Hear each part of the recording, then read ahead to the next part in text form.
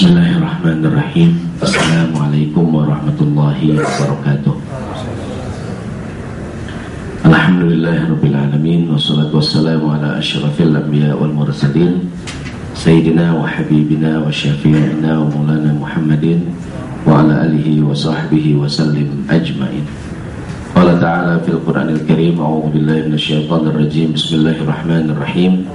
Subhanaka la ilma lana illa ma 'allamtana innaka antal alimul hakim. Shadaqallahul azim. Yang saya hormati dan yang saya muliakan Bapak Ibu sekalian, jamaah sholat zuhur dan jamaah kajian zuhur yang dirahmati Allah Subhanahu wa taala. Hari ini Kamis tanggal 24 Oktober atau bertepatan dengan tanggal 19 Zulhijjah kalau tidak salah. Dan di mana beberapa hari lagi kita akan masuk tahun baru Islam 1435 Hijriah. Mudah-mudahan di akhir tahun ini, dan sengaja dipilihkan judul mengenai sikap beragama, ya, mudah-mudahan menjadi bahan evaluasi kita atas sikap beragama kita selama ini. Jadi judulnya mengenai sikap lurus dan toleran. Hanif, lurus artinya hanif, hanif artinya lurus, toleran artinya tasam dalam beragama.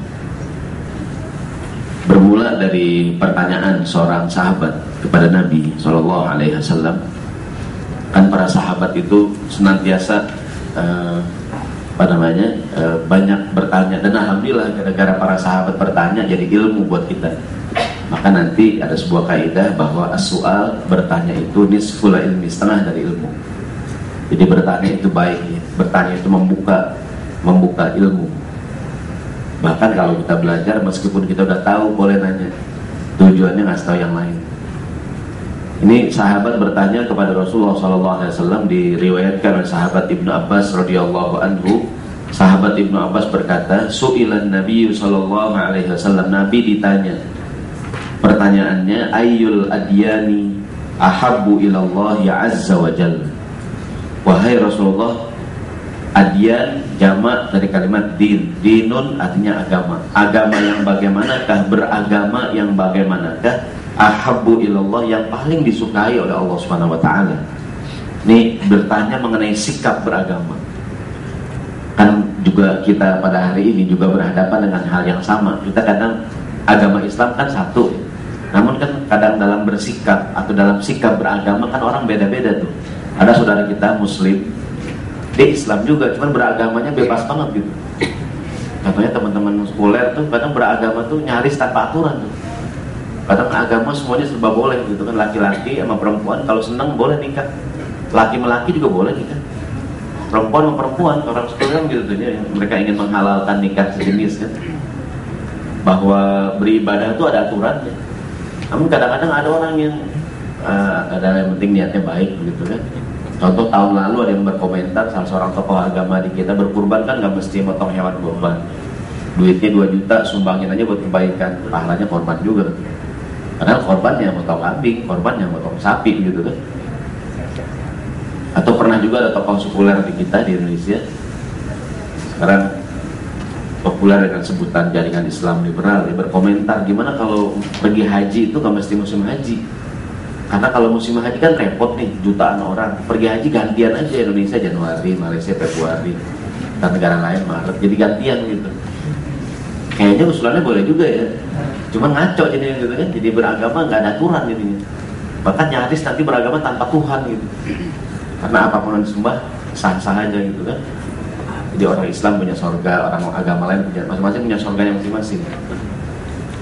Nah, ada juga kawan kita beragama, kalau yang satu tadi bebas banget, semuanya serba boleh, gak terlalu menggampangkan urusan. Ada kawan kita yang lain berada di sisi yang sangat berbeda gitu. Kalau yang tadi semua serba boleh, yang satu lagi kawan kita semuanya serba gak boleh gitu. Ini haram, itu haram, semuanya. Jadi kalau ngikutinnya agama sempit banget gitu. Yang satu agama kayaknya lega banget, lega dalam artian semuanya bebas gitu kan, semuanya halal. Yang satu seolah semuanya serba gak boleh, sehingga rasa hidupnya sangat sempit. Nih Nabi ditanya, ya Rasulullah, Ayyul adyani ahabbu ilallah ya azza wa jalla. Tadi saya sampaikan, mudah-mudahan ini jadi bahan refleksi akhir tahun kita ya, bahan evaluasi tentang sikap beragama kita. Ditanya seperti ini, Rasulullah menjawab, qala, kata Nabi, al-hanifiyatus samha, sikap beragama yang baik, kata Nabi, adalah al-hanifiyatus samha. Rawahul Bukhari. Ini saya ambil dari kitab Al-Adabul Mufrad bil Imam Al-Bukhari. Jadi Imam Bukhari meriwayatkan jawaban Nabi adalah beragama yang terbaik adalah al-hanifiyah as-samha. Nabi Muhammad menyebutkan dua sikap. Yang pertama, beragama harus hanif. Jadi muslim harus hanif. Hanif artinya lurus. Lurus artinya hidup harus sesuai dengan aturan. Beragama nggak boleh ngarang-ngarang. Bahwa Allah telah menetapkan aturan, Rasulullah datang membawa ajaran agama Islam sesuai dengan yang diajarkan oleh Allah dan Rasulnya. Beragama harus lurus, nggak boleh bengkok-bengkok. Jadi makna yang pertama, hanif. Hanif artinya lurus. Lurus sesuai dengan aturan. Kayak orang kerja, ada standar operasionalnya gitu kan. Ada prosedurnya. Agama juga begitu. Ibadah ada aturannya, muamalah ada aturannya. Harus hidup harus sesuai dengan aturan Allah. Gak boleh bengkok-bengkok, gak boleh ngarang-ngarang. Yang pertama kata Nabi, beragama harus hanif. Contoh ada ayat dalam Al-Quran. Ayat dalam Al-Quran, contohnya surat Toha ayat 123, tentang kewajiban hidup mengikuti aturan. Allah berfirman, Bismillahirrahmanirrahim, famanittaba'a hudaya fala yadillu wa la yashqa. Barang siapa yang hidup mengikuti petunjuk aku, kata Allah, fala yadillu wa la yashqa, maka tidak akan tersesat dan tidak akan celaka. Sahabat Ibnu Abbas menafsirkan tidak tersesat di dunia dan tidak celaka di akhirat. Jadi bahwa hidup harus mengikuti aturan Tuhan, ibadah, muamalah, aturan apa aja dah. Kayak kemarin korban, ada nggak aturan itu? Ustaz, di kampung saya nggak ada yang suka makan daging kambing, Ustaz. Boleh nggak Ustaz 2 juta beli ayam? 2 juta beli ayam saya bagiin, boleh nggak hadirin? Ya nggak boleh lah, korbannya harus ya kalau nggak kambing, sapi atau unta gitu kan. Di kita dikiaskan kerbau dengan sapi, mungkin sama-sama kaki 4 kan kalau nanti. Jadi harus ada aturan gitu, ada aturan. Ayat yang lain contohnya kewajiban hidup mengikuti aturan. Kewajiban mengikuti aturan, Allah berfirman dalam ayat lain surat Al-Hasyr ayat ke-7, contohnya Allah berfirman, Bismillahirrahmanirrahim, wa ma atakumur rasulu fakhuduhu wa ma nahakum anhu fantahu. Yang dibawa oleh Rasulullah, oleh Nabi Muhammad, maka ambillah, dan yang dilarang oleh Nabi maka tinggalkanlah. Ini dua ayat ini dari sekian banyak ayat perintah hidup mengikuti aturan, kan sangat jelas perintahnya kan, bahwa hidup nggak boleh beribadah, beragama nggak boleh ngarang-ngarang, udah ada aturannya. Namun Nabi Muhammad ketika ditanya tadi, beliau tidak hanya menjawab hanif kan, beragama yang pertama kata Nabi hanif, namun kemudian beliau menyebut sifat yang lain, sikap yang lain, namanya samha. Samha atau tasamuh artinya toleran, tasamuh artinya fleksibel, tasamuh artinya luas, tasamuh artinya memudahkan. Hidup harus sesuai dengan aturan, hanif, namun dia fleksibel. Nabi menyebutkan dua sifat, dia harus hanif, sesuai dengan aturan, nggak boleh bengkok-bengkok, namun juga fleksibel, namun juga toleran, namun juga tidak kaku begitu. Mungkin kalau benar terjemahan saya, dia idealis tapi juga realistis. Beragama harus sesuai dengan aturan, namun nanti dalam kehidupan nyata kita banyak dihadapkan dengan hal-hal yang membuat kita dituntut untuk lebih, bukan realistis ya, lebih tasamu. Allah Subhanahu wa taala saja sangat tasamu, sangat toleran kepada kita hambanya. Kenapa kita kadang beragama terlampau kaku gitu? Yang kedua, Nabi menyebutkan sikap yang terbaik. Jadi beragama harus lurus tapi juga toleran. Contoh nih, dalam ilmu fikih ada istilahnya perkara-perkara yang dimaafkan. Istilah fikihnya perkara yang ma'fu anhu. Contoh, kan tadi kan saya bilang ibadah ada nggak aturan sholat nih? Ada aturan sholat. Di antara aturan sholat kita kenal ada yang namanya syarat sahnya sholat. Sholat dianggap sah kalau ada 4 perkara tuh. Sholat dianggap sah kalau suci, toharoh kan, baik badan kita, baju kita, tempat kita sholat harus suci, tidak ada najis. Yang kedua, syarat sahnya sholat adalah menghadap kiblat. Sholat tidak menghadap kiblat tidak sah. Yang ketiga, sholat harus masuk waktu. Kalau belum masuk waktu, sah nggak? Saya rumah di Ustadz, di Bojong Ustadz, nggak di peta Ustadz, jauh banget gitu kan. Terus mau kerja Sudirman, Tamrin, daerah sini kan macet banget. Saya kalau nungguin ajan jam 5 Ustadz, 4:30 sembahyang aja kan. Sah nggak sembahyang gitu? Masa belum masuk waktu gitu kan. Allah juga nggak tahu kan Pak Ustadz. Misalnya repot itu harus ada aturannya begitu kan. Jadi apa tadi itu harus toharoh, harus masuk waktu. Yang ketiga, sholat harus nutup aurat. Yang keempat, sholat harus lagi toharoh, menghadap kiblat, nutup aurat dan masuk waktu ya. 4 syarat. Ini aturan bakunya nih. Namun dalam prakteknya kita dihadapkan banyak fenomena-fenomena itu untuk kita tasamu. Contoh, kemarin kita waktu motong kambing Idul Adha ya, motong hewan kurban hari Selasa. Kan pagi kita motong hewan kurban tuh banyak darah di baju kita. Sholat zuhur, boleh nggak itu baju dipakai buat sembahyang? Kenapa nggak boleh? Darah ya, darah najis bukan? Najis ya. Kita sepakat nih, darah najis kalau di baju kita nggak bersembahyang. Kita lagi sholat nih, pas lagi sholat, ada nyamuk terbang, nempel di tangan. Kita iseng, kita tepak aja, mati nyamuk. Nyamuk keluar darah nggak tuh? Iya. Apa keluar pocet? Gitu kan? Kan keluar darah ya. Apa yang kita lakukan? Berhenti sholat atau kita terusin? Kan ada darahnya tuh. Kan ada darahnya. Nah, yang dikit-dikit namanya perkara yang ma'fu anhu, yang dimaafkan namanya. Darah yang sedikit. Nyamuk keluar darah dikit, paling dikit doang kan. Atau ibu-ibu mau sholat di mukenanya ini ada darah. Kan ada darah nyamuk kan. Boleh nggak buat sholat tuh? Yang dikit-dikit namanya dimaafkan. Kecuali nyamuk lagi meeting gitu kan, ada 30-40 gitu, banyak banget gitu kan. Kan kita tidak bisa bilang itu bukan darah bukan. Juga kita nggak boleh bilang itu bukan najis bukan. Najis, tapi dimaafkan namanya. Dimaafkan. Jadi kita kalau mohon maaf, orang laki kan kalau pipis, kita kebanyakan diri, buat pipis diri kan. Kalau pipis kan ada yang nyiprat lagi tuh. Yang cashback apa fishback ya, pipis yang comeback. Kita sekarang zamannya cashback nih. Begitu kan kita gitu pipis, ini air apaan ya? Kan kita ragu-ragu ya. Kan dulu kalau kita belajar, kalau kan ada kemungkinan apa air pipis yang balik lagi, apa air basuhan kita kan. Kan ada kadang teman kita, dia mau cuma ngapain kamu gitu kan? Ustaz saya ragu-ragu nih, gitu kan? Kan susah nggak tuh?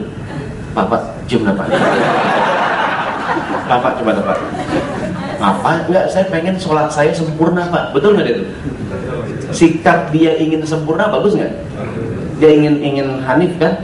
Namun yang kalau dulu kita bayangkan guru-guru, kita buka keran, ambil air, kita pengen dicepretin aja lagi, menghilangkan keraguan. Nggak Pak Ustadz, kalau saya lain Pak Ustadz, saya pengen tahu Pak. Bapak saya ragu-ragu lah Pak. Artinya enggak, saya orangnya pengen sempurna Pak Ustadz. Saya pengen ibadah saya ini lurus, betul hadirin. Cuman yang begitu-gitu dimaafkan namanya. Ya kan? Ya kita kan kadang-kadang ya namanya sholat kan harus toharoh tuh. Saya mohon maaf ya. Ada nggak orang was-was tuh? Udah pipis, udah cebok, begitu kayaknya ada yang keluar lagi ya. Atau buang angin dah. Ada orang perasaan buang angin terus tuh. Di zaman Nabi ada sahabat begitu, kata Nabi yang namanya buang angin, imma antajida rihan aw tasma'u sautan. Kalau tidak kamu dengar suaranya atau kamu cium baunya, lu bukan. Kecuali berasa banget ya, walaupun nggak ada bunyi, nggak ada suara, kan nggak ada bau, cuman ini maksudnya kan ada yang ragu-ragu nih. Saya mohon maaf ya.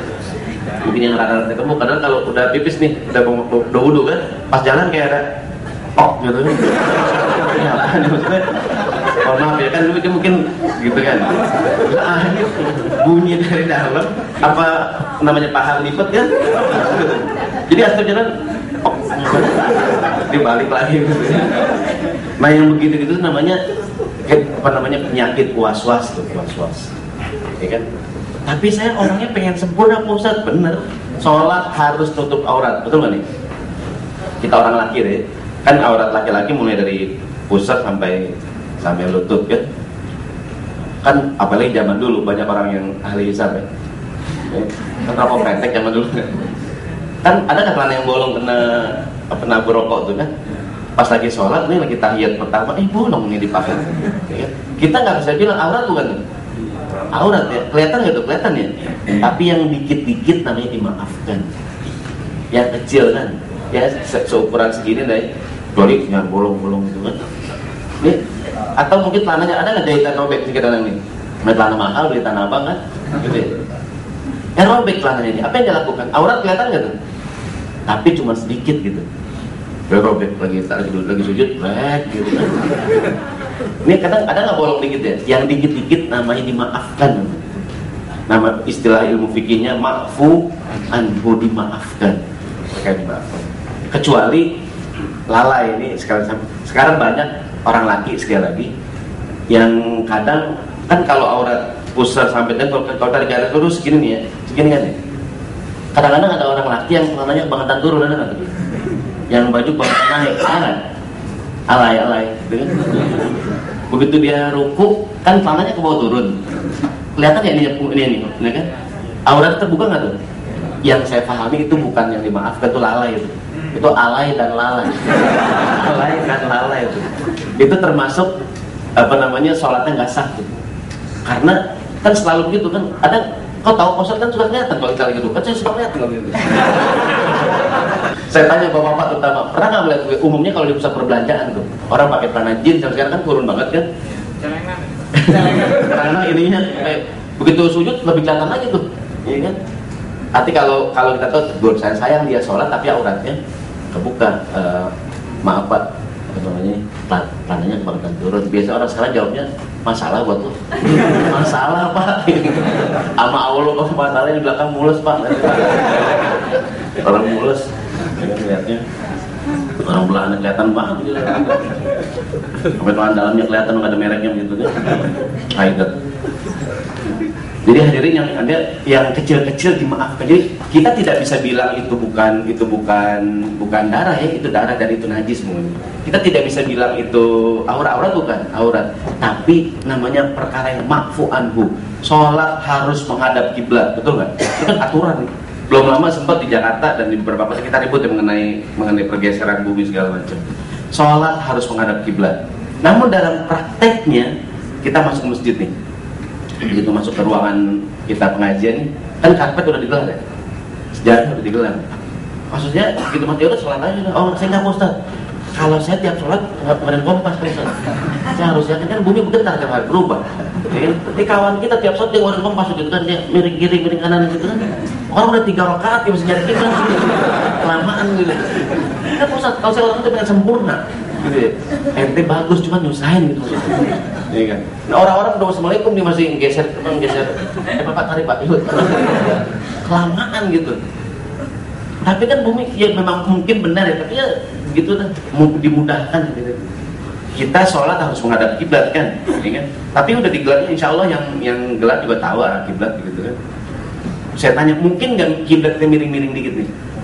Namanya ada doa ya Rabbana la tu'akhidna in nasina au akhtana, ya Allah seandainya kami lupa, kami salah-salah dikit, kami minta dimaafkan gitu. Kita mohon agar Allah tasamuh kepada kita. Mengapa kadang dalam praktek beragama kita terlambatkan dan sikap hidup nih, ada orang yang kaku banget nih.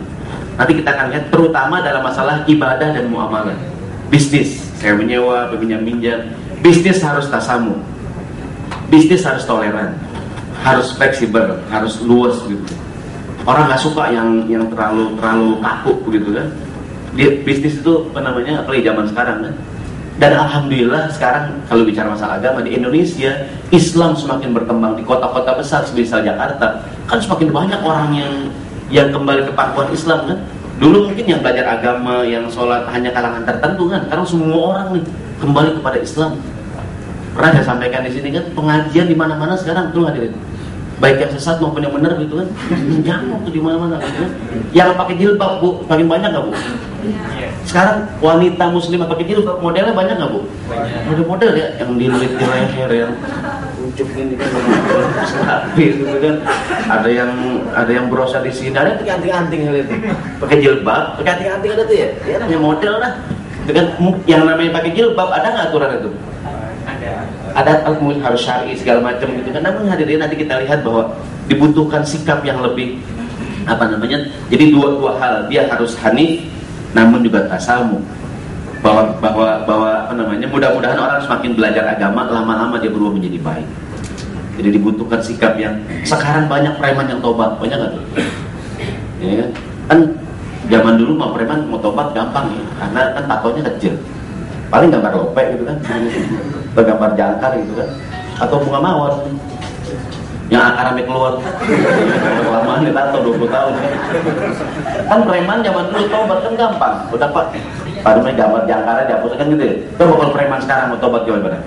Preman zaman sekarang tatonya sekujur badan, ada gambar pemandangan, ada gunung, ada sawah, ada gambar petani lagi macul gitu kan, ada pohon kelapa gitu, pantai gitu. Dia mau tobat gimana coba? Gimana preman mau tobat zaman sekarang? Apa seumur hidup dia nggak bisa sembahyang tuh? Selamat pak, nggak bisa datang. Itu bapak kelet tuh pak. Gimana hadirin tuh? Apa jawabannya tuh? Saya bingung juga, saya bingung juga. Ya kayaknya ngelawan sholat aja dah, semoga Allah mengampuni. Semoga Allah mengampuni Allah menerima amal ibadah kita. Kita kembali, hadirin rahimakumullah. Tadi kita jadikan sholat sebagai contoh kan. Jadi contohnya sholat harus menghadap kiblat, menutup aurat gitu kan, masuk waktu, harus suci, harus toharoh. Namun dalam prakteknya banyak sekali kita dijumpai dengan tuntutan-tuntutan di mana kita dituntut untuk lebih tasamu. Dan kata Nabi istilahnya al-hanifiyah as-samhah. Samhah atau tasamuh artinya toleran, artinya fleksibel, artinya luas dan lain-lain. Hadirin yang dirahmati Allah Subhanahu wa taala, ada sebuah hadis Nabi dan nanti bukan hanya masalah ibadah ya. Ini juga dalam contoh sebelum kita masuk hadis ini. Kemarin kita kurban. Kemarin kita menyembelih hewan kurban. Berkurban kan sebagai sebuah ibadah. Ada nggak aturannya? Ada sempat kita singgung berkurban kan namanya kurban memotong seekor hewan yang ditentukan, kalau nggak kambing, sapi atau unta. Tadi kita udah sebut di awal, boleh nggak korban pakai ayam? Nggak boleh. Atau Pak Ustadz saya beli kambing, cuman kambing udah dipotong Pak Ustadz. Pernah beli kambing hidup, ada tulangnya, ada palanya gitu kan. Saya beli kambing filet dah, gitu kan, dagingnya doang kan, 2 juta, boleh nggak? Nggak boleh, harus beli kambing hidup. Bahkan kalau kita belajar di kelas nih, kambing atau hewan lain yang kita korbankan, sapi dan seterusnya, ada nggak syaratnya tuh? Contohnya kambing, apa syaratnya kambing? Kita lagi belajar secara teori nih. Teorinya kambing yang dipotong, dikorbankan ada syaratnya. Apa syarat pertama tuh? Sehat, lagi tuh, tidak cacat. Berapa umurnya tuh? 29 my age. Berapa umur kambing tuh? Masuk tahun kedua ya. Setahun lebih dah. Atau meskipun belum setahun itu kambing giginya udah copot, udah pupak orang bilang. Walaupun kadang-kadang yang jualan kambing suka nakal tuh. Ada yang giginya dicopot ini. Maka kemarin banyak kambing yang pakai behel, ditakut. Ada kambing yang berapa nih Pak? 6 juta. Alamat Pak. Kambingnya 2 juta Pak Haji. Behelnya Pak Haji Pak. Katanya juta. Enggak ada hubungan kita mana nih. Jadi kambing yang dipotong ada syaratnya nggak tuh? Dia harus sehat, tidak cacat. Itu umurnya setahun lebih ya. Ya kan, setahun lebih. Nah, itu kan di kelas ini kan di kelas ya. Sekarang kita praktek ke alam nyata nih. Ke kehidupan yang real. Kita kayak penjual kambing, Pak. Saya mau korban Pak, mana kambingnya Pak? Tadi keluarin tuh. Kok kecil banget nih kambing ya? Ini betul Pak, setahun Pak. Iya Pak Haji, setahun. Kita kadang ragu-ragu ngadirin. Kalau di tempat penjualan kambing, omongan siapa yang kita pegang? Yang jualan ya? Cuman saya ragu-ragu, coba mana akte kelahiran Bang? Kagak ada Pak Haji. Enggak, aktenya tahu dia, belum tahu lagi. Kan kadang-kadang kita kalau dia bohong, kalau dia bohong, penjualnya bohong. Itu urusan dia bentukan gitu. Maksudnya ya insya Allah dia bilang udah setahun ya beli aja udah gitu. Kecuali kita ragu-ragu banget ya, kami masih dituntun gitu kan, jalannya belum bisa gitu. B-nya juga belum jelas, cadel gitu kan. Masih kami baru lahir. Kan umumnya standar lah ya. Ini walaupun kadang-kadang mohon maaf, kadang-kadang ada orang dititipin uang gitu kan, disuruh beliin kambing kok kayak kambing anak begitu kan. Ya mudah-mudahan sih yang dititipin amanah tuh mudah-mudahan gitu. Nah, dalam prakteknya saya yakin tuh meskipun harus begini giginya, kan karena orang kalau beli kambing diperiksa satu ya, suruh mangap kenapa Allah menciptakan kambing bibirnya agak doer supaya gampang dilihat ya. Karena kambing gitu ya lihat udah pupak atau belum begitu kan. Sunnahnya kalau kita berkorban kemarin, kita memakan hewan yang kita kurbankan, betul nggak? Walaupun sedikit kan, Kan kita beli kambing atau sapi titip di musola kan di masjid. Panitia nganterin nggak ke rumah kita? Assalamualaikum Pak Haji, siang-siang sore-sore kan? Pak Haji, kan kita nanya, ini kambing saya bukan ya? Nggak tahu ya Pak Haji. Di musola ada 300 Pak Haji kambing. Saya maunya makan kambing saya, tarik. Terus lah kambing saya yang paling gede Pak. Saya tanya hadirin, mungkin nggak panitia ketukar tuh kambing itu? Kan ya gitu ya. Sunnahnya adalah memakan hewan kurban yang kita potong ya. Tuh tahu dari mana tuh punya kita tuh? Walau alam dah. Maksudnya asamnya gampangin aja. Oh nggak Ustaz, kalau saya nggak mau Ustaz. Saya orangnya yang lu cari tuh kambing 200, lu cari kambing lu. Tuh orang banyak banget tuh kambing itu kadang-kadang hadirin. Kadang-kadang ada panitia yang namakan kambing dikasih nama tuh. Ya kan maunya kambingnya Haji Ahmad gitu kan. Begitu dipotong kan langsung dipisahin pahanya tuh ini punyanya gitu kan. Namun kebanyakan panitia lupa nggak tuh? Bukan lupa namanya sekian ekor kambing kan. Walaupun aturan dasarnya kita memakan hewan yang kita kurbankan, tapi sulitnya tuh hadirin tuh. Ya, yang mana aja dah. Bismillah ya, mana Allah terima amal ibadah kita. Saya yakin kemarin ketika kita panitia korban atau jemaah haji kita yang masa ibadah haji, adalah beberapa perkara-perkara yang kadang orang suka beda pendapat gitu kan. Maka dituntut sikap tasamuh namanya. Tasamuh itu toleran.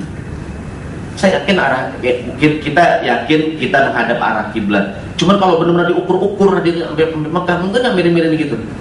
0,0 tuh ya. Ya mungkin aja dah. Ya, tapi dia benar Allah pada menerima amal ibadah kita. Ada hadis Nabi, ini saya ambil dari kitab hadis Arba ini. Sahabat Abu Tha'labah Al-Khushani Jurthum ibn Nashir radhiyallahu anhu an Rasulullah sallallahu alaihi wasallam, Rasulullah bersabda, "Innallaha ta'ala farada faraidha fala tudayyi'uha." Allah telah menetapkan beragam peraturan, jangan diabaikan. Wa hadda hududan fala ta'taduha. Allah telah buat batasan-batasan, jangan dilanggar. Wa harrama asya'a fala tantahiquha. Allah juga telah mengharamkan beberapa perkara, maka jangan diterjang. Sampai di sini kalimat Nabi, paham nggak kita? Paham kan? Jelas banget kan? Artinya beribadah, hidup sesuai dengan aturan kan? Ya kan? Harus hanif gitu kan. Namun kemudian Rasulullah menyambung hadisnya. Kan kata Nabi, wasakata an asya'a rahmatan lakum ghairu nisyanin fala tabhatsu anha. Dan Allah mendiamkan atau tidak menjelaskan secara detail banyak perkara rahmatan lakum, kata Nabi sebagai rahmat buat kita. Ghairu nisyanin, bukan karena Tuhan lupa. Jangan kita bilang Tuhan lupa ini ngejelasin ini. Jadi Nabi lupa kayaknya Nabi ini, gitu kan? Mungkin banyak kan umumnya perintah dalam agama kan perintah datang secara global kan, secara ijmali namanya. Detailnya mungkin Nabi menjelaskan, atau mungkin detailnya kita berijtihad. Kata Nabi, Allah mendiamkan banyak perkara sebagai rahmat buat kita, bukan karena Allah lupa. Fala tabhatsu anha, oleh karenanya nggak usah terlalu dibahas. Bukankah umumnya kita berbeda pendapat pada perkara-perkara yang kecil-kecil kan? Hadirin rahimakumullah. Apa contohnya? Sering lah. Memang hadisnya satu Rasulullah, tapi orang kan beda interpretasi. Contohnya Nabi Muhammad kalau beliau sujud fa'atolas sujudan, memanjangkan sujudnya. Yang pertama berarti Nabi memanjangkan sujud, sujudnya lama maksudnya. Oh, bukan. Nabi kalau sujud mungkin itu. Kan beda pendapat tuh. Kan? Karena mohon maaf saya, kan ada yang kadang orang sujud panjang banget tuh, 2 sab. Nah kita aku di mana ntar? Maksudnya gini hadirin, kan orang kan beda interpretasi ya. Ini di tangan saya ada seekor burung ya. Kalau ini burung saya pegang kenceng banget nih, apa yang terjadi? Mati. Kalau saya buka lebar, apa yang terjadi? Lepas. Gimana caranya? Dia nggak mati, dia nggak terbang. Gimana cara megangnya? Gimana cara megangnya? Apa standarnya? Kira-kira. Perasaan, feeling. Dalam praktek beragama, kadang semua mazhab contoh menggerakkan tangan. Syafi'i, Maliki segala macam juga ada teman kita lihat ada yang begitu asyhadu alla gitu kan, ada yang manteng kan, ada yang menggerak-gerakkan, ada yang miring ke atas segala macam gitu ya. Apa kira-kira standar itu? Jangan berlebihan. Kan kadang ada yang mungkin ini gue pegangin juga. Jadi kadang-kadang ada yang ya apa gitu. Jadi dalam praktek beragama tuh, saya tidak ingin mengajarkan, saya tidak ingin mengatakan bahwa agama itu dasarnya perasaan, bukan. Agama Quran dan hadis, betul nggak? ya kan? Namun dalam prakteknya Allah berikan pada kita akal pikiran, ya kan? Kan orang sering kita, Ustaz, saya mau korban Pak Ustaz, ya Bu. Tapi saya belum akikah Pak Ustaz. Apa tuh ya, saya mah ya korban dulu Bu kan. Tapi saya pengen akikah Pak Ustaz. Ya akikah dulu. Tapi saya pengen korban dulu. Lalu kan, ya saya tahu bingung. Gue juga bingung ya dia. Para ustaz juga hadirin. Kan ketika ditanya perkara yang terlampau detil kan berijtihad, betul nggak tuh? Kan ada bab ijtihad. Ijtihad itu kalau di Quran tidak ditemukan secara detil, di hadis ada. Kan kita dan umumnya pada perkara-perkara yang kecil gitu.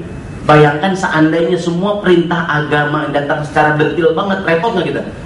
Repot. Maka kata Nabi, wasakata an asya rahmatan lakum. Allah mendiamkan banyak umumnya yang kecil-kecil. Bukan Allah lupa, namun sebagai rahmat buat kita. Dan karena kadang-kadang ya adanya fleksibilitas gitu kan, bayangkan kalau semua serba sangat detil gitu kan, repot gak tuh? Repot sekali kan, maka Allah berikan ruang ijtihad. Kayak tadi mungkin kalau saya gambarkan orang pegang burung, kalau kekencangan dia mati, kalau dibuka lebar banget dia terbang kan, ya pegang pakai perasaannya. Begitu yang kita beragama. Allah berikan pada kita akal pikiran yang dengannya kita bisa menilai. Mohon maaf ya Bu, memakai jilbab ada aturan itu? Ya kan? Kan sekarang orang berkreasi. Sekarang alhamdulillah banyak sekali desainer muda muslim yang membuat kreasi-kreasi jilbab kan. Bahkan banyak buku panduan itu kan, buku panduan berjilbab. Saya tanya ke Ibu, orang pakai jilbab model-model nggak Bu? Yeah. Saya yakin juga para muslimah kok gitu banget ya. Ya begitu segala macam kan. Ya kira-kira Allah berikan pada kita, mohon maaf, perasaan akal kita bisa menilai. Kira-kira model begini gitu kan ada yang macam-macam lah ya. Dan juga di beberapa apa namanya pusat penjualan atau yang produksi jilbab kan ada beberapa ustadz yang juga diminta jadi konsultan syariah tuh. Apakah model begini syariah atau tidak begitu kan? Dan artinya ya, dituntutlah kita. Tapi insya Allah biasanya orang semakin belajar semakin sempurna, betul nggak tuh? Ya kan? Kan sekarang semakin banyak juga remaja putri yang mungkin anak ABG pakai jilbab kan, yang model begini begitu ya. Mudah-mudahan semakin lama belajar semakin baik. Namun dituntut dari sikap tasamuh, sikap toleran, sikap fleksibel. Bukan beragama nggak ada aturannya. Ada aturannya kan. Jangan juga nggak ada aturan, jangan kayak orang sekuler tuh. Orang sekuler beragama tanpa aturan. Saya beberapa bulan yang lalu umroh tuh 2013, awal 2013, nggak pernah saya ceritakan ya. Ada ketemu Tauif di Saudi Arabia, dicerita Ustadz sih kemarin bawa rombongan penjara tokoh pimpinan jaringan Islam liberal lah, dia umroh gitu kan. Begitu dari Mekah, dari Madinah ke Mekah kan ngambil mikot di Mir Ali kan, ganti baju segala macam gitu kan. Si tokoh sekuler dia pakai baju biasa sampai di Mekah, di hotel baru ganti baju dia, baru ngambil mikot di hotel gitu kan. Nah Ustadz bingung, Mutaifnya Pak Ustadz bukannya kita mikotnya di Mir Ali, di mana aja boleh dah gitu kan. Yang penting niatnya kata Allah gitu kan. Jadi beragama tanpa aturan, betul nggak gitu? Ya kan? Beragama harus ada aturannya. Namun yang kecil-kecil kita namanya itu fleksibel, tasamuh. Dan biasanya adalah orang beda pendapat kan masalah apa namanya. Dan umum sekali masalah yang kecil-kecil. Di mana orang naruh tangan dalam sholat kan, ada yang bilang di atas perut, di atas dada. Ini kan perut, atas perut. Bukan Ustaz, perut, atas perut sini. Atas dada sini, bukan dada sini nih. Orang beda, ada yang gitu kan. Yang penting dia tahu dari bukan ngarang-ngarang gitu. Kecuali jangan ngarang kan, Allahu Akbar sini gitu. Nggak ada itu ya, itu lebay. Dan dalam praktek keseharian hadirin, contoh dalam fikih Islam ada yang namanya akad, ijab qabul. Aslinya segala akad harus ada ijab dan qabul. Jual beli, akad nikah gitu kan. Aslinya kalau kita menjual nih, penjual berkata, saya jual handphone saya, kalau handphone sih mahal lah ya. Saya jual barang saya dengan harga sekian tunai, yang beli bilang saya bayar ini barang dengan harga halaman gitu kan. Itu kan begitu transaksi itu. Namun para ulama mengatakan dalam transaksi yang kecil-kecil itu dimudahkan saja. Pembeli ngasih duit, yang jual ngasih barang dianggap ijab qabul. Orang beli kerupuk harganya 1.000 nih. Nggak usah penjual, saya jual kerupuk saya. Bentuknya bulat-bulat gitu ya, harga 1.000. Kata yang beli, saya beli dengan tunai. Katanya sah. Yang antri lama banget. Kurang lama banget gitu ya. Tapi tetap ada ijab qabul yang itu, ada pihak penjual, ada pembeli, ada uang, ada barang gitu ya. Kan rukun jual beli kan. Dan ada unsur ridhoan tuh. Namun para ulama dalam perkara yang kecil-kecilnya itu dianggap ijab qabul tuh. Bahkan orang naruh duit jangan barang bang, kerupuk bang, jangan ijab kabul. Namun perkara yang mungkin orang jual tanah 1 hektar, itu serius tuh kan, ada saksi, ada notaris, ada segala macam, materai gitu kan, tanda tangan gitu ya. Masa kerupuk pakai materai, kerupuk 1000, materai 6000. Betul gitu. Dia kecil-kecil tuh namanya tasang gitu. Contoh yang sering lebay juga, contoh ijab kabul dalam akad pernikahan. Jadi pernah hadirin acara ijab kabul, saya mohon maaf kalau saya salah ngomong, kadang-kadang ada penghulu atau wali yang terlampau lebay gitu. Kan penghulu bilang nih, saya nikahkan kamu dengan siapa namanya, dengan Aminah binti Pak Haji Ahmad dengan mas kawin emas 10 gram tunai gitu kan. Kan yang laki jawab gak tuh? Saya terima nikah dan kawinnya. Mungkin nggak pengantin laki gugup-gugup gitu? Kadang-kadang ulangi, kamu tadi kurang tadi.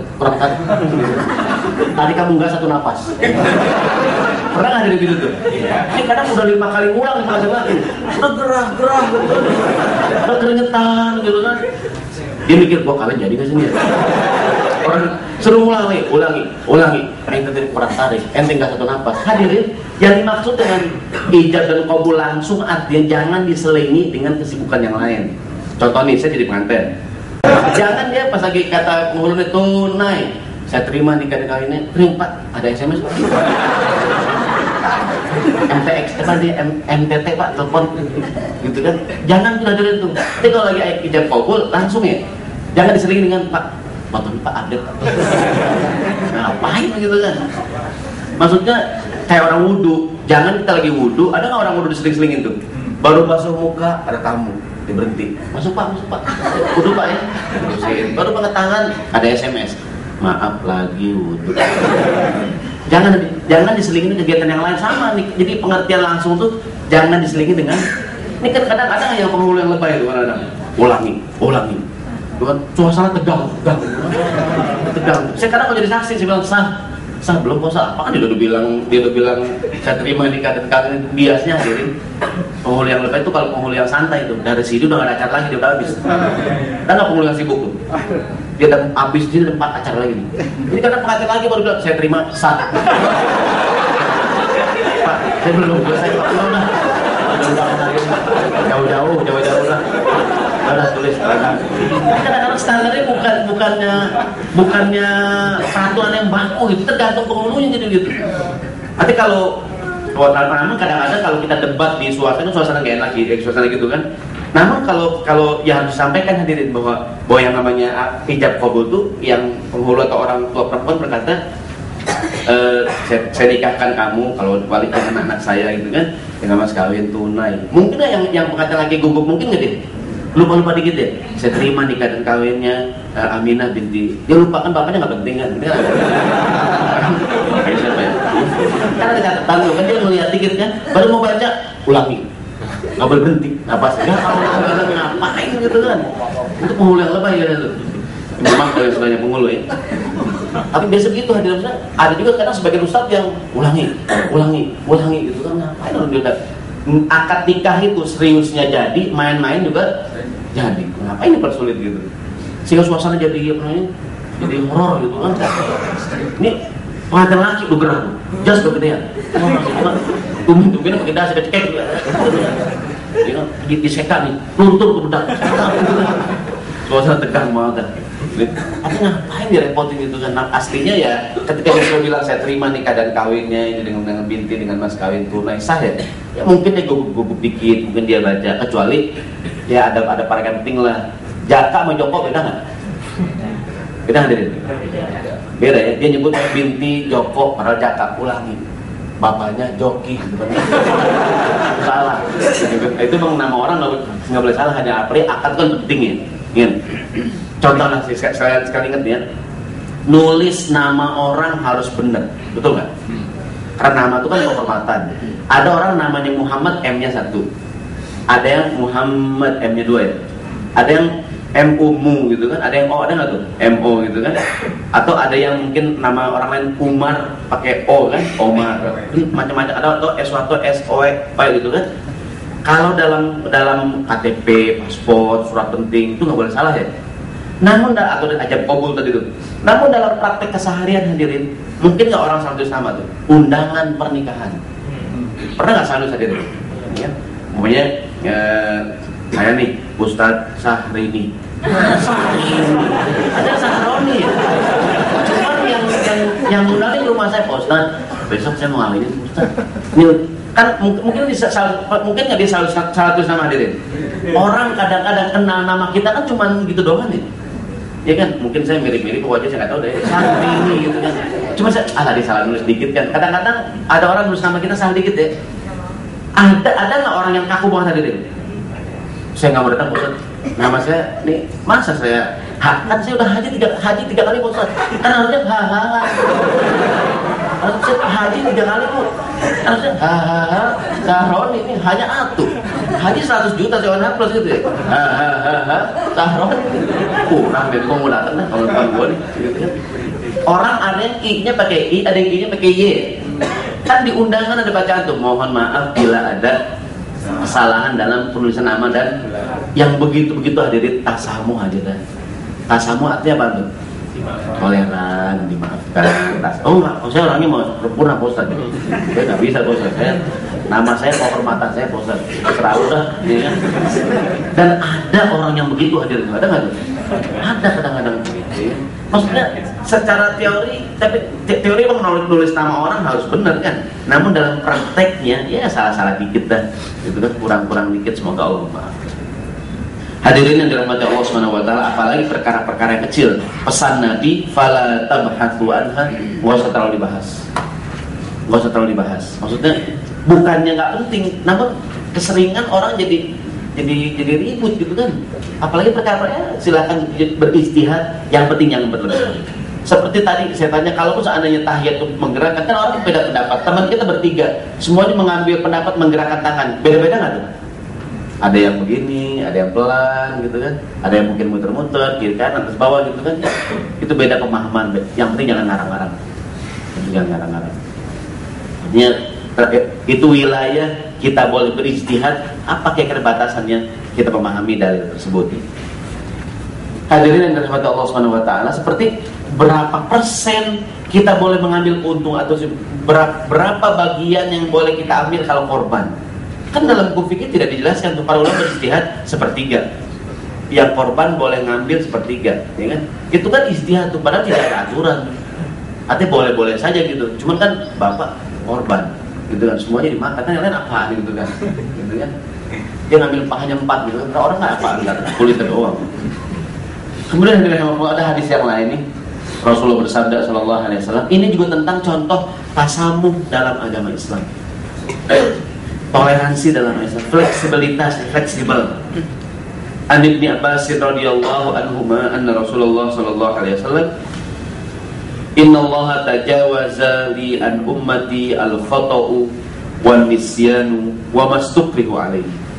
Kata Nabi, Allah Subhanahu wa taala memaafkan untuk umatku pada 3 keadaan. Yang pertama al-khata', kesalahan. Ngambil barang orang sengaja, boleh nggak? Boleh nggak? Nggak boleh. Ngambil barang orang nggak sengaja, boleh nggak? Nggak boleh juga. Bedanya yang pertama dosa, yang kedua nggak dosa gitu. Ngambil barang orang sengaja, boleh nggak? Nggak boleh. Dosa nggak? Dosa. Ngambil barang orang nggak sengaja, boleh nggak? Nggak boleh juga, cuma nggak dosa. Maksudnya pulangin itu maksudnya. Kan nggak sengaja, Pak Ustaz. Jadi apa benar itu pulangin. Ya, kan? Tapi bedanya yang pertama dosa, yang kedua nggak dosa tuh. Orang mungkin handphonenya tukar sama temennya, kan? Tukar nih. Tukar Pak, ya nggak sengaja Pak Ustaz. Saya nggak sengaja Pak Ustaz. Nggak sengaja juga pulangin Bu, gitu maksudnya. Yang nggak dipulangin, oh sih bukan salah saya Pak Ustaz. Ya nggak sengaja gitu. Artinya nggak sengaja juga nggak boleh, tapi tidak berdosa gitu. Jadi bedanya yang pertama dosa. Apa contoh yang hadir itu? Banyak contoh-contoh dalam fikih itu. Kita naik kereta gitu kan? Kan jendela kereta kebuka, ada yang teriak, Pak, tolong Pak, tas saya ambilin Pak. Kita namanya tukang menolong ya, kita kan suka menolong nih, orang Telkomsel ini. Iya, apalagi yang nggak tolong, cakap gitu kan? Bapak, kita tolong ya tuh ambilin tas dia tuh. Boleh kita ambil tasnya gitu kan? Makasih Pak ya, sama-sama. Orang datang nih, Pak, ngeliat tas saya nggak Pak di sini Pak? Gitu ya, ternyata hadirin tuh maling tuh, ya kan? Apakah kita berdosa hari ini? Mungkin kalau dosa nggak dosa urusan kita sama Tuhan ya. Cuman apakah kita kena hukuman hadirin? Dibuktikan di pengadilan. Maka nanti kita juga harus bijaksana. Orang ketika jadi pengadilan bukan tempat orang dihukum kan? Pengadilan tempat orang dibuktikan dia salah atau tidak. Gitu. Jangan sampai kita juga berpikiran bahwa setiap orang yang dia adil itu pasti salah gitu. Belum tentu juga. Karena kadang ada banyak peristiwa kehidupan kita yang jadi kalau di hadis ini masalah dosa apa nggak dosa nih. Cuma masalah dihukum atau tidak itu urusan duniawi gitu. Mungkin nggak hadirin hakim salah memutuskan. Hakim kan memutuskan berdasarkan bukti, gitu ya. Dan bisa jadi banyak sekali orang yang salah tidak dihukum, dan bisa jadi banyak juga orang yang tidak salah dihukum. Banyak nggak tuh? Kalau ini hadis bicara masalah dosa atau tidak dosa. Di akhirat Allah tidak menghukum, namun kadang-kadang di dunia mungkin nggak hakim salah tuh. Mungkin. Nanti dibuktikan di pengadilan. Tapi dalam pembunuhan ada pembunuhan tidak sengaja, ada pembunuhan sengaja, ada begini begitu ya. Jadi yang pertama Allah memaafkan untuk umatku pada perkara yang namanya al-khata'u, kesalahan. Yang kedua an-nisyan, kelupaan. Yang ketiga wa mastukrihu alaihi, dan perkara-perkara yang orang itu dipaksa. Hadirin rahimakumullah, sebagai penutup ya. Maaf nih. Ini contoh lain masalah muamalah. Tadi kan banyak contoh masalah ibadah. Muamalah tuh bisnis, muamalah tuh jual beli, muamalah tuh tak piutang, muamalah tadi itu akad nikah, muamalah tuh sewa menyewa, muamalah tuh hubungan interaksi dengan sama manusia. Dituntut sikap tasamu. Contoh nih, ini rasanya di fotokopian salah nulis tuh, bukan Al-Baqarah 282 ya. Yang betul Al-Baqarah 280. Mohon diperbaiki yang dihapuskan. Yang betul adalah Al-Baqarah ayat 280. Kalau 282 yang setelahnya. Dua-duanya masalah utang piutang. Ayat yang ini Allah mengajarkan pada kita toleransi pada perkara utang piutang. Bismillahirrahmanirrahim. Wa in kana du usratin fanaziratun ila maisarah. Seandainya orang yang berhutang itu sedang dalam kondisi kesulitan, kesukaran, fanaziratun ila maisarah, maka berilah tangguh sampai dia berkelapangan. Kita punya duit nih, orang utang sama kita, jatuh tempo. Begitu saatnya harus bayar, ternyata dia kena musibah, dia kesulitan. Allah mengajarkan pada kita untuk bersikap tasamu. Pak, kalau nggak bayar sekarang, minggu depan nggak apa-apa deh. Mungkin kita punya kontrakan, amin. Raja kontrakan semua nih, amin. Ada yang amin, amin nih. Amin. Raja kontrakan semua nih, amin. Buat kontrakan kencang nih, gitu kan? Begitu waktunya bayar tanggal 1, ada mahasiswa nih, maaf ya Pak Haji ya, orang tua saya di kampung lagi kena musibah Pak Haji. Kita toleransi nggak tuh? Ya udah nggak apa-apa dah kalau ini boleh minggu depan, gitu kan, boleh minggu depan. Atau Allah mengajarkan toleransi yang lebih lagi tuh, tasamu yang lebih, dengan firman Allah berfirman, wa antasaddaqu khairul lakum. Seandainya kamu bersedekah dengan setengah utang kamu, sebagian utang kamu, atau semuanya, itu lebih baik. Apalagi yang ini syaratnya yang utang nih lagi susah nih. Mungkin nggak hadirin kita punya kontrakan, yang kontrak kita mesti motornya hilang, dia anaknya sakit, operasi sekian puluh juta. Sebagian punya kontrakan, kita miliuner lagi, amin.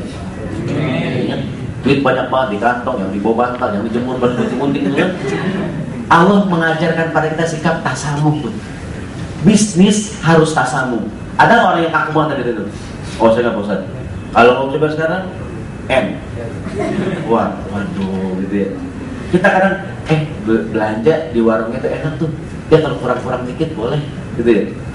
Jadi kalau kita kurang-kurang dikit dikasih ya. Ada nggak warung yang gitu tuh? Orang kita lewat aja dikasih, gitu. Lewat nggak dikasih kan? Lewat banget. Itu warung baik banget tuh. Kita kurang-kurang gopek dikasih, lewat aja dikasih. Ya, misalnya lewat nggak dikasih, gopek lewat. Jadi hadirin, kita belanja nih. Berapa nih Pak? Harganya Pak, orang jual mangga sekilo. Ini Bu 9.500. Kan kita bayar 10.000 ya. Berapa kembalinya tuh? Yang namanya kembalian hak kita bukan? Kan kita kadang sering toleran, berapa? Yang gopek masih pulangnya. Doain saya Pak ya, udah bergaji. Yang lu aja, gopek masih. Ikut nama, gopek mah kancol. Gopek bergaji. Doain saya dah. Ada nggak orang belanja begitu tuh? Yang 1.000 nggak usah dipulangin dah. Apalagi yang dagang nih saudara, anak muda lagi belajar bisnis kan, udah langsung buat kamu aja biar kamu maju. Bagus kan tadi itu? Tasamun. Atau yang jual, kan Rasulullah bersabda, rahimallahu imra'an samhan idza ba'a, samhan idza ishtara, samhan idza qada. Allah merahmati orang yang mudah, toleran, tasamun dalam menjual, dalam membeli dan dalam melunasi hutang. Jadi kalau jadi penjual memudahkan tasamu, pembeli juga ada yang hadirin penjual nggak mau nurunin harga barang dikit, ada nggak tuh? Yang beli juga nggak mau naikin barang dikit, dua-duanya kaku banget gitu tuh. Ketemu nggak tuh? Yang aku saya mau jual 15.000, kata yang beli 14.000 kok, cuman 1.000 doang ya. Nonton nih, gue bayarin 1.000 nih gitu. Lama banget nih, yang beli ngantri gitu kan.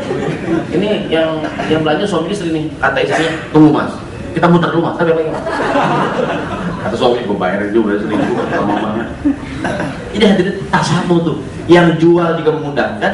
Kita beli barang berapa nih pak harganya pak? Harganya 10.500. Ya pak, saya nggak ada gopay pak. Udah nggak kok 10.000 aja. Kita senang nggak tuh? Senangnya berbisnis yang penuh dengan toleransi. Ya kan? Artinya memudahkan, yang jadi memudahkan. Jangan kalau terlampau kaku, hidup terlampau kaku, repot nggak tuh? Repot. Kita kalau beli donat bulat ya. Secara teori, donat bulat nggak donat tuh? Bulat. Kita beli donat nih, Pak. Kita ke toko donat, mungkin donat. Mungkin donat. Ya. Pak, saya mau beli donat yang bulatnya simetris, Pak. Nggak ada bengkok yang dikit. Agak ada Pak Haji. Cari, Pak. Secara teori donat bulat nggak donat tuh? Kan dalam prakteknya jadi mungkin nggak dia mengsong gitu. Nah bungkus aja kalau saya pusatnya sempurna. Saya kalau beli donat saya ukur pusat kelamaan. Artinya yang gitu tasamu tuh toleran gitu. Oh hidup ini gitu ya. Dan banyak alhamdulillah saya kalau ini bicara sikap beragama, sekarang yang beragama semakin banyak. Orang yang sholat, yang haji, yang pakai jilbab, yang ingin mempraktekkan agama, yang haji, yang umroh, semakin banyak gak tuh? Dibutuhkan sikap beragama yang lebih tasamuh, bisa merangkul semua orang. Karena apa namanya? Tentu tidak bisa kita membedakan antara anak SD kelas 1 dengan anak kuliahan, beda gak tuh? Ya kan? Orang yang Islam yang udah lama dengan yang baru belajar, sikap kita beda gak tuh? Yang baru belajar ya dia masih miring-miring dia, biarin lah. Masih kurang-kurang gitu, mudah-mudahan dia belajar lama-lama sempurna. Namanya tasamu. Itu sebabnya kenapa Imam Abu Hanifah dia banyak berijtihad, karena beliau di Baghdad, di Irak kan, jauh dari pusat ilmu, pusat hadis. Kalau Imam Malik cenderung sangat tekstual kan, kalau Madzhab Maliki cenderung sangat tekstual, cenderung sangat, karena memang wajar Imam Malik di kota Madinah dia banyak para sahabat, banyak pusat-pusat ilmu kan. Sementara Abu Hanifah di mana dia? Dia di Baghdad, di Irak, jauh dari pusat ilmu. Maka fikih Abu Hanifah cenderung orang bilang cenderung kontekstual, ya. Cenderung bukannya rasionalis, ya. Tapi ya bukan juga dia tidak memikirkan hadis, namun kondisi yang membuat dia begitu. Dan itu namanya sikap beragama. Saya ulangi, dia harus hanif, sesuai dengan aturan, namun juga fleksibel. Hadirin rahimakumullah, sebagai penutup ada surat Al-Quran, surat Al-Baqarah 177 ya. Ini kira-kira sebagai kesimpulan dari yang kita bicarakan. Ini di ayat ini Allah berbicara mengenai hakikat kebaikan. Bismillahirrahmanirrahim. Laisal birra an tuwallu wujuhakum qibala al-masyriqi wal maghrib, walakinnal birra man amana billahi wal yawmil akhir. Bukanlah hakikat kebaikan, kebajikan kata Allah itu manakala engkau menghadapkan wajahmu ke timur dan ke barat. Itu fikih. Begini, ibadah harus sesuai dengan aturan, betul enggak? Menghadap kiblat segala macam. Namun bukan itu intinya. Bukan itu intinya. Kebaikan adalah kata Allah, akan tetapi sesungguhnya walakinnal birra, kebaikan adalah man amana billahi wal yawmil akhir. Kebaikan adalah manakala kita beriman pada Allah, pada hari akhir, malaikatnya, kitabnya, nabinya. Kebaikan adalah manakala kita memberikan harta yang kita cintai kepada kerabat kita, anak yatim, kepada orang miskin, kepada musafir, kepada orang yang minta-minta. Kebaikan adalah manakala kita memerdekakan budak hamba sahaya. Kebaikan manakala kita mau melaksanakan sholat, manakala kita bayar zakat, manakala kita mau menepati janji saat kita berjanji. Meskipun kadang-kadang dalam prakteknya mungkin ada banyak kekurangan tuh. Sholat kita kurang lurus, zakat kita kurang tepat sasaran gitu ya. Mungkin haji kita kurang sempurna, mungkin gitu. Jadi hakikat kebaikan manakala kita mau berbuat baik dan sesuai dengan aturan tentunya. Namun manakala kurang-kurang dikit, semoga Allah mengampuni. Kebaikan adalah manakala kita mau menepati janji, meskipun kadang-kadang begitu kita tepati tidak mirip banget dengan yang kita ucapkan kan. Kebaikan adalah manakala kita sabar dalam penderitaan, sabar dalam kesempitan, dalam peperangan. Ulaikal ladzina shadaqu wa ulaika humul muttaqun. Kata Allah, itulah orang-orang yang benar imannya dan mereka itulah orang-orang yang bertakwa. Jadi ini ayat jadi kesimpulan tentang kajian kita dan hakikat kebaikan. Manakala kita mau sholat, gitu kan? Kan ada orang yang dengan agama kuat banget tuh. Walaupun ketika praktiknya salah-salah dikit ada nggak tuh? Ya ini Allah mengampuni dah. Kawan kita rajin banget puasa. Puasa apaan Pak? Sedang kemis Pak. Kan Rebo sekarang Pak. Rebo ya mungkin nggak ada orang salah-salah hari itu. Kita kadang ribut Lebaran sekarang atau besok gitu kan? Ada yang bilang Ramadan hari ini, ada yang bilang Ramadan besok gitu kan? Artinya harusnya sih nggak usah ribut kan? Harusnya yang lebih dijaga apa tuh? Persatuan. Harusnya kita toleran, harusnya tasamuh tuh, ya kan? Kita punya pemerintah, kita punya orang yang berhak menentukan kapan kita puasa, kapan kita lebaran gitu kan? Ustadz ditanya apa jawaban Pak Ustadz tuh? Pak Ustadz kok lebaran beda-beda Pak Ustadz? Apa kata Pak Ustadz? Biarin lah, perbedaan adalah rahmat. Kan Ustadz ceramah 3 kali, Senin lebaran, Selasa lebaran gitu kan? Senin dia khutbah di sini nih, Selasa tempat yang lain, rahmat tuh Pak Ustadz. Rahmat buat dia maksudnya gitu. Harusnya sih lebaran bareng aja gitu. Bareng, ya kan? Karena kita punya pemimpin, kita punya segala macam. Tapi dia bohong Pak Ustadz, orang lebaran udah lebaran tinggal belum tuh urusan dia dah, gitu ya. Namanya hidupnya harus ada aturan. Wallahu a'lam bishawab. Ya, assalamualaikum warahmatullahi wabarakatuh.